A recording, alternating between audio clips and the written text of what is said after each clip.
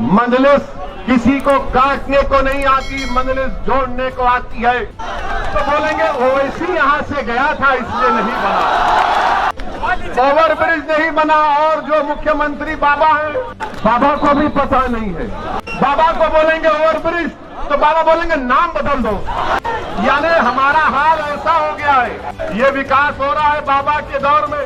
बाबा के पास एक ही फार्मूला है, जाके बाबा को बोलिए सर बोले नाम बदल दो, काम हो जाएगा। फिरोजाबाद में 50 बच्चे डेंगू से मर गए, 50 बच्चे। बदल दो, क्या नाम बदलने से बच्चे मरना?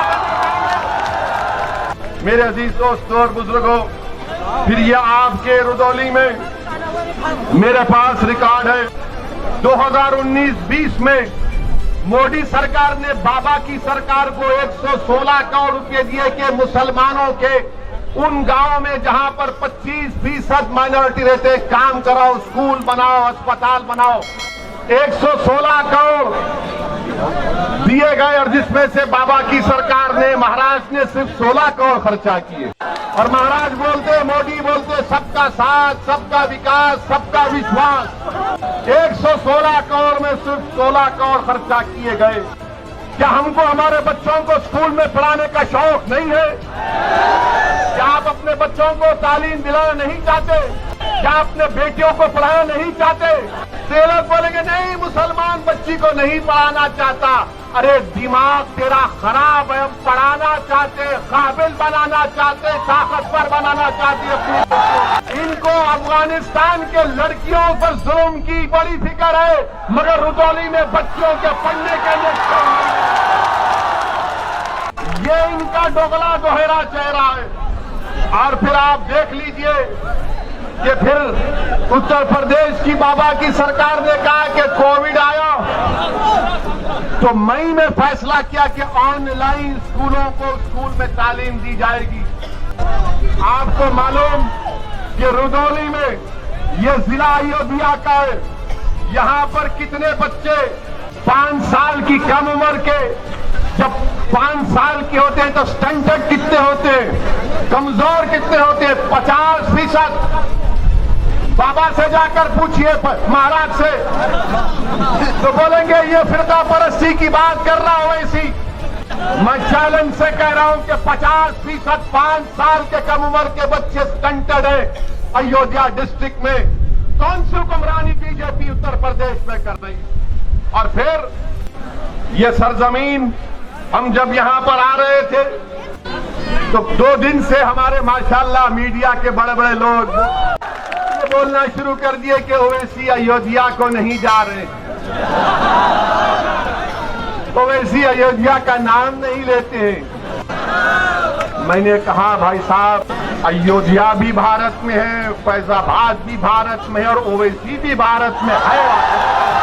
अब फैजाबाद की तारीख इनको नहीं मालूम, जो शाम में 6 बजे टीवी पर बैठते हैं, 8 बजे बैठते हैं, 9 बजे बैठते हैं, ऐसा बैठकर भाषण देते हैं, खुतबा देते हैं और ऐसा देते हैं कि बस नरेंद्र मोदी उनको देखे तो कहे कि ये तो मेरा घर वाला।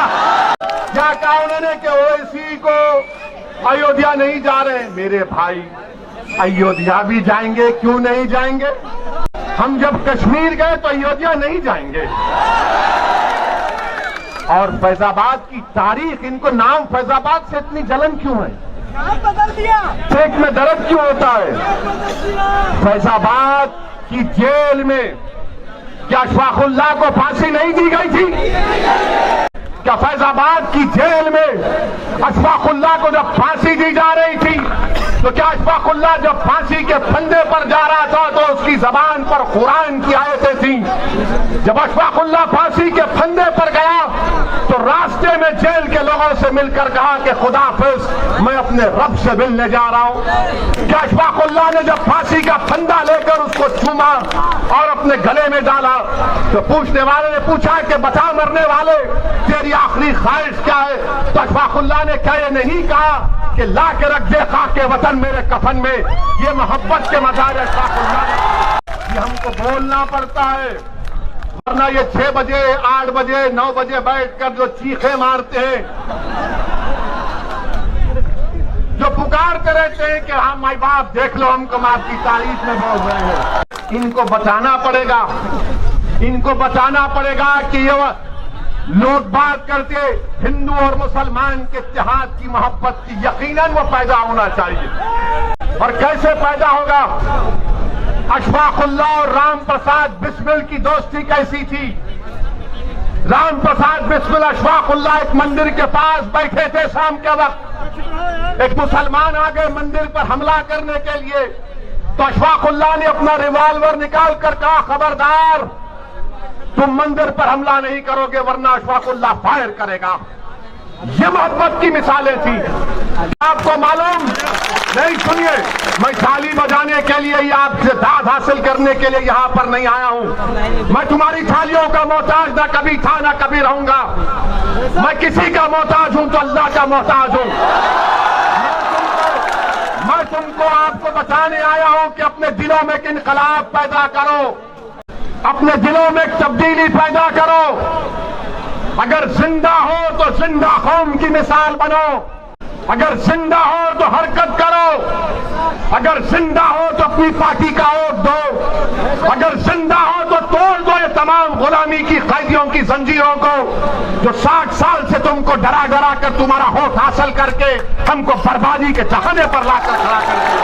मेरे अजीज दोस्तों और बुजुर्गों, अशफाकुल्लाह शहीद को एक मुसलमान जेलर जाकर अशफाकुल्लाह से कहता है कि अशफाकुल्लाह तुम गवाही माफी बन जाओ, तुम ये तमाम जो दीगर हिंदू हैं जिन पर काकोरी ट्रेन का मुकदमा हुआ तुम उनके खिलाफ बोलो।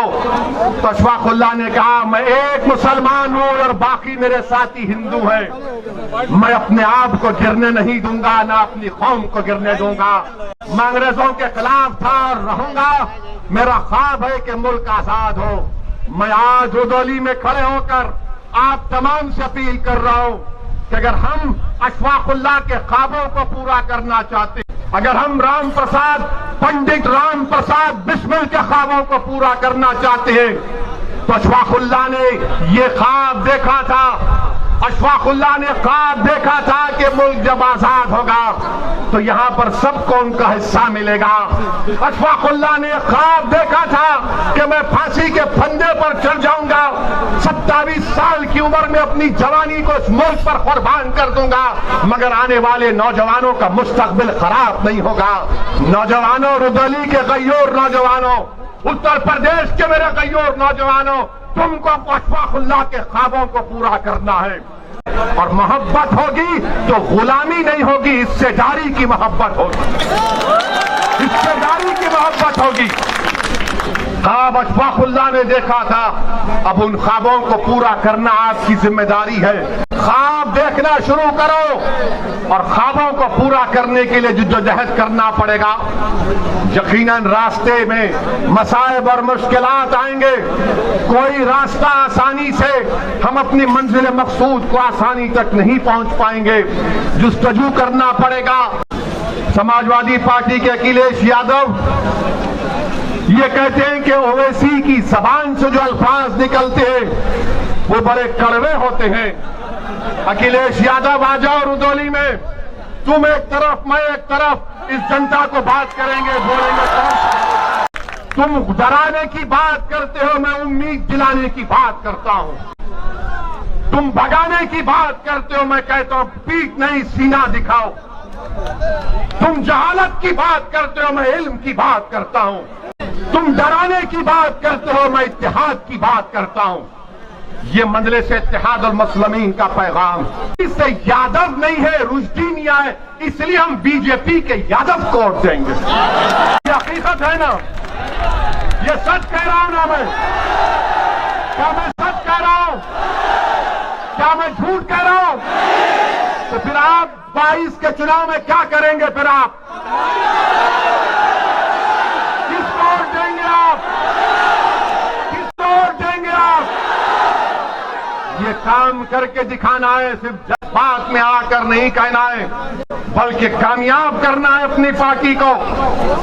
जिस तरह बिहार में हमारे 5 विधायक कामयाब हुए और बिहार में कामयाबी के बाद बिहार की विधानसभा में अख्तरुल ईमान की क़ियादत में मजलूमों की आवाज बनकर, कमजोरों की आवाज बनकर, यतीमों के इंसाफ के लिए मजलिस बिहार के विधानसभा में आवाज उठा रही है। माशाअल्लाह। जब यादव एक हो चुका है, बीजेपी के कैंडिडेट को हराने के लिए रुश्दी मियां को हरा दिए। मैं यहां पर अपनी शोहरत के लिए नहीं आया हूं, अल्लाह जानता है। मैं आपको नेता बनाने के लिए आया हूं कि आपकी सफों से कोई कायद उठ जाए, जो 1 साल 2 साल नहीं बल्कि रहती दुनिया तक तुम्हारी आवाज बने। और उस वक्त होगा मेरे अजीज दोस्तों और बुजुर्गों, जब आप अपनी पार्टी को कामयाब करेंगे, अपनी दुआओं से, अपने वोट से और पार्टी के पाबंद डिसिप्लिन सिपाही बनकर आप मजलिस के हक में अपने वोट का इस्तेमाल करिए।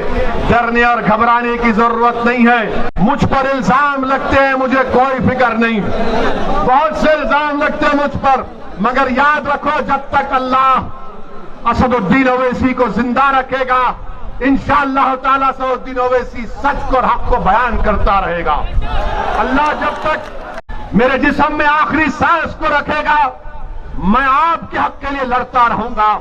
मुझे नहीं मालूम कि मेरी जिंदगी का चिराग कब गुल हो जाए, मगर रुदौली के नौजवानों, उत्तर प्रदेश के गैयोर नौजवानों, उत्तर प्रदेश के मेरी इज्जतदार मां और बहनों, कौम और मिल्लत के जिम्मेदारों, मैं तुमसे भीख मांगने आया हूं, मुत्तहिद हो जाओ।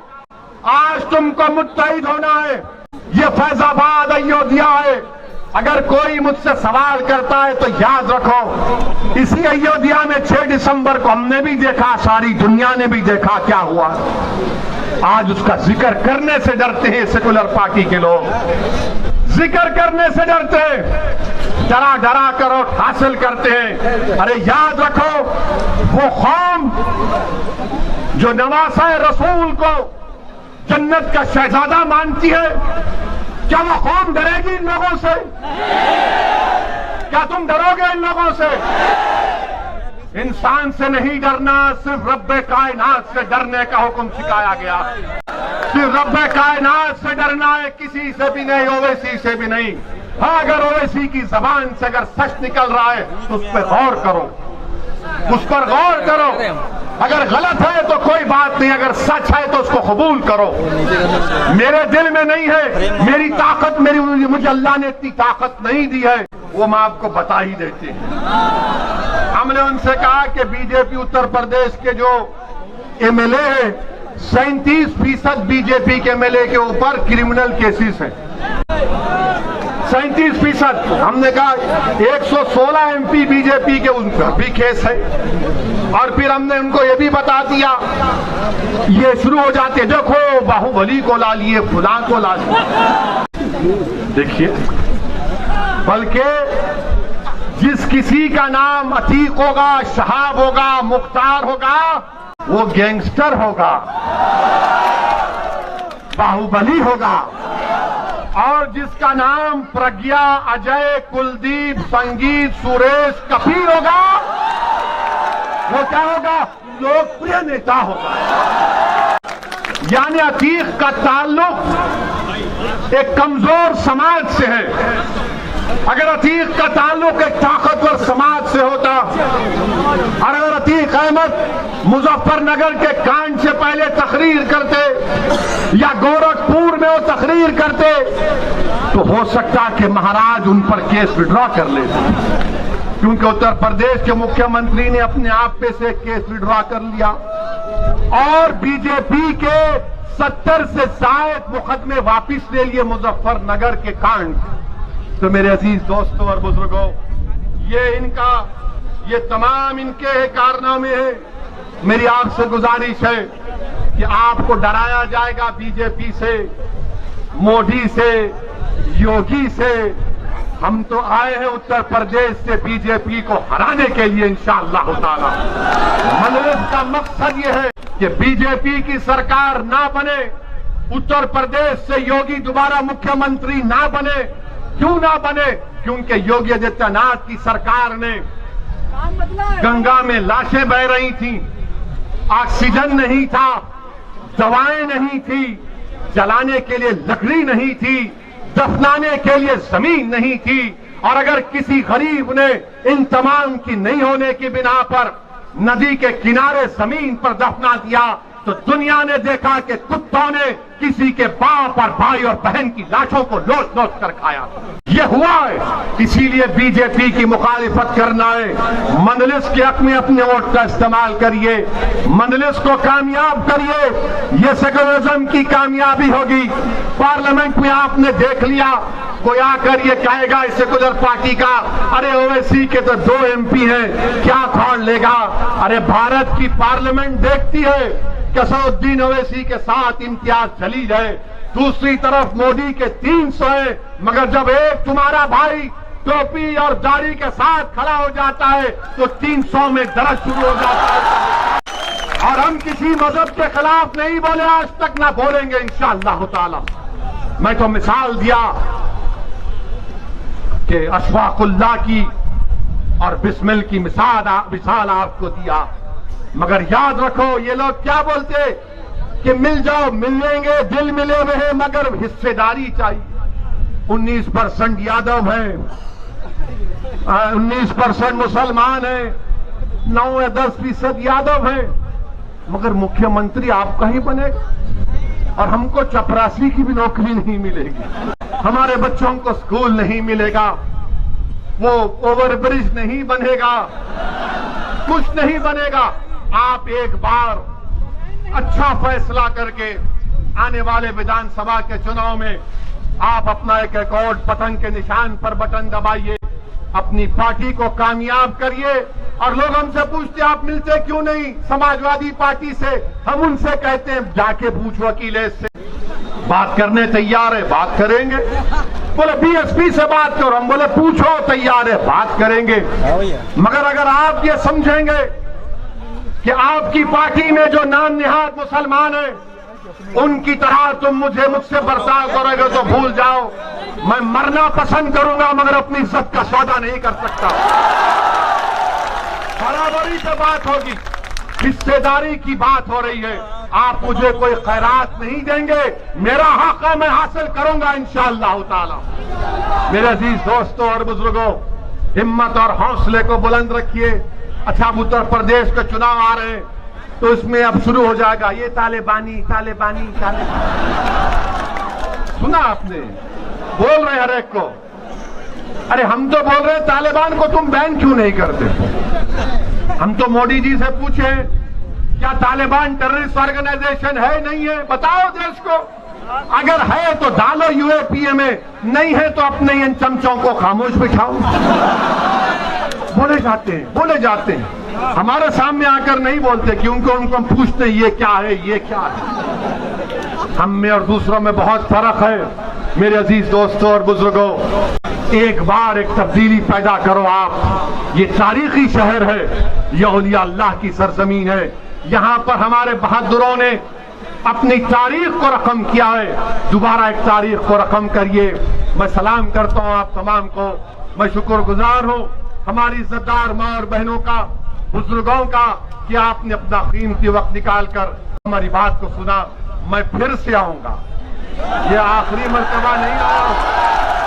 अगर सपा बीएसपी बीजेपी के लोग समझ रहे हैं कि दोबारा नहीं आऊंगा, मैं आऊंगा, बार बार आऊंगा, हर बार आऊंगा, आपके दिल में जगह बनाकर जाऊंगा और आप में से किसी को इंशाअल्लाह अल्लाह विधायक बनाएगा मंजलिस के टिकट पर इंशाअल्लाह। अस्सलाम वालेकुम व रहमतुल्लाहि व बरकातहू।